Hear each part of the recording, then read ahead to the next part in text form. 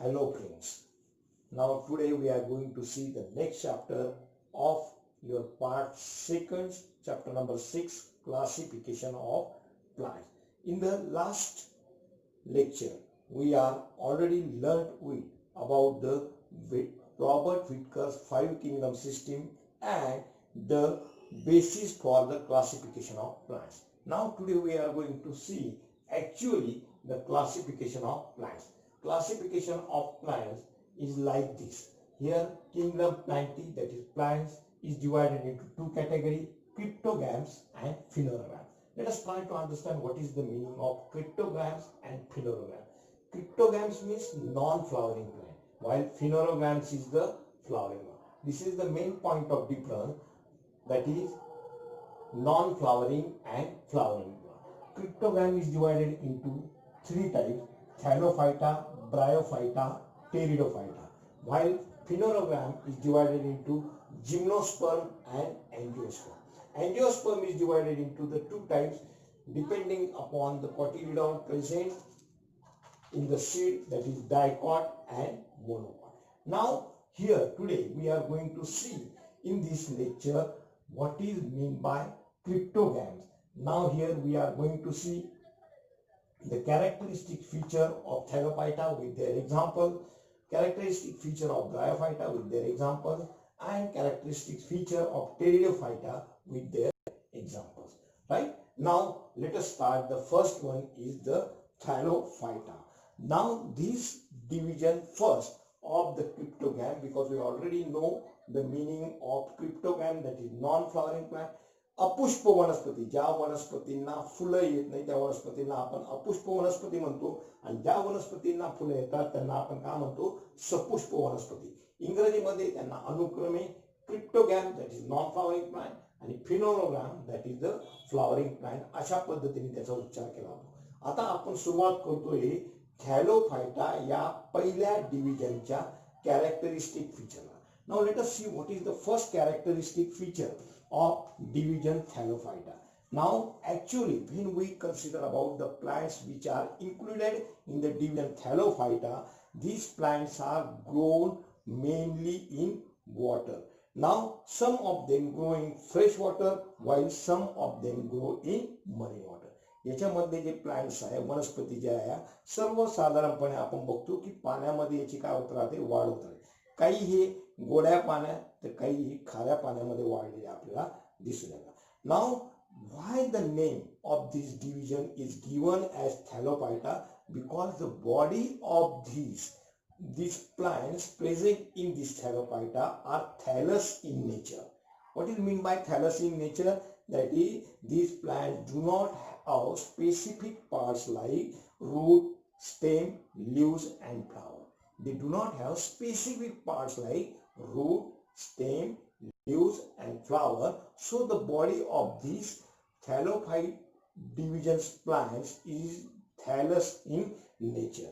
Now third one is that they are autotrophic in nature, that is they can prepare their own food, so they are called as autotroph. Now in this case we find that there are number of algae comes together. Algae are the best examples of the division thallophyta. Now here when we observe algae shows number of diversity, that is the great diversity. They are either unicellular or multicellular. Some of them are microscopic while some of them are macroscopic. When we are going to see what are the examples of thallophyta, the examples of thallophyta is Spirogara, ज्याला आपण शैवाल म्हणतो. Second one is called as ulva. Third one is called as Ulothrus, Sargassum, etc. These are the characteristic feature of the first division thallophyta. Now let us turn to the next division, second division, that is the bryophyta. Now let us consider the first characteristics of bryophyta, that is plants belonging to this division of bryophyta, they are amphibious. They are amphibious. We must know what is the meaning of amphibious.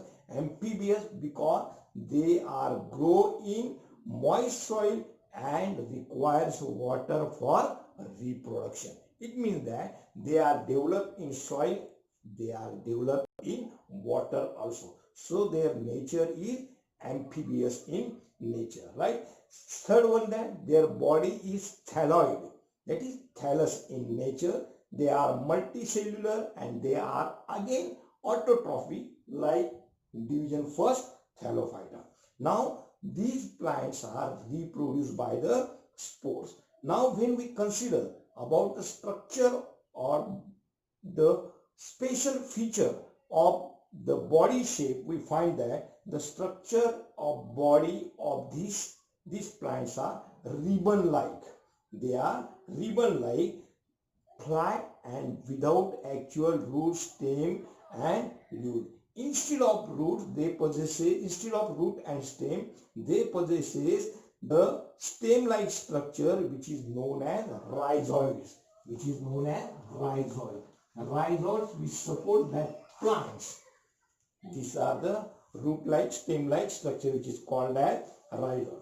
They have lack of specific type of tissue for the conduction of food and water. It means that there is absence of xylem and phloem. Now when we consider about the examples of second division bryophyta, the examples are Funaria, second one is called as Markensia, right? Third one is called as Anthoceros, etc. Right? These are the examples of second division bryophyta. Now let us turn toward the third division pteridophyta of cryptogam, that is the non-flowering plant, right? Now the plants belonging to pteridophyta bear well-developed root, well-developed stem and well-developed leaf. They do not bear flowers and fruit. So they are included in the group cryptogam, that is non-flowering plant, right? Now they bear separate tissue for conduction of water and food. Now these plants reproduces by means of spores which are formed in the posterior side of their leaves. Now when we consider about the example of pteridophyta, that is Nephrolepis, in our day-to-day life, it is also known as fern, right? Fern is an ornamental plant. That plant is always we observe in our garden, and when we observe this plant, we find that the structure of these plants is like a sword, And now when we find that at the posterior end of these plants, we find that there are spores. Now reproduction of these plants occurs asexually by means of spores, and sexually there is a formation of zygote. This is all about the pteridophyta. The examples of pteridophyta is Selaginella, then Nephrolepis, etc. These are the examples of pteridophyta. Now in this lecture, once again I am going to repeat that we are studying about kingdom planting, in which the first one is cryptogam, that is non-flowering group. These are divided into three categories: thallophyta, bryophyta and pteridophyta. In the next lecture, we are going to see what is meant by phanerogams, what are the types of phanerogams. Thank you.